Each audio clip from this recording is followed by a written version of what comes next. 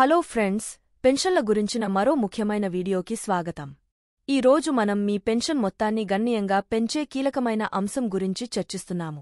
మేము అంశాన్ని ప్రారంభించే ముందు ఉద్యోగుల, పెన్షనర్ ప్రయోజనాలు మరియు ఆర్థిక ప్రణాళిక గురించి మరిన్ని అప్డేట్ల కోసం మా ఛానెల్కు సభ్యత్వాన్ని పొందండి.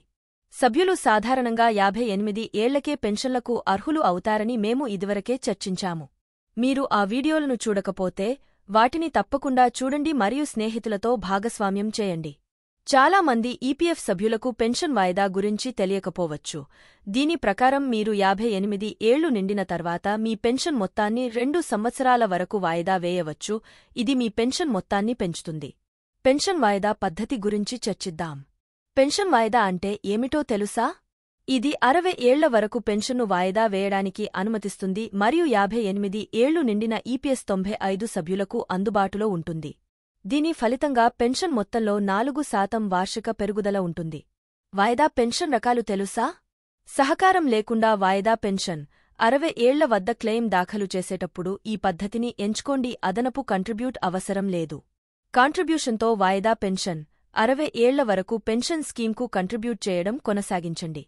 నిరంతర కంట్రిబ్యూట్ వల్ల ఎక్కువ ప్రయోజనాలు పొందవచ్చు.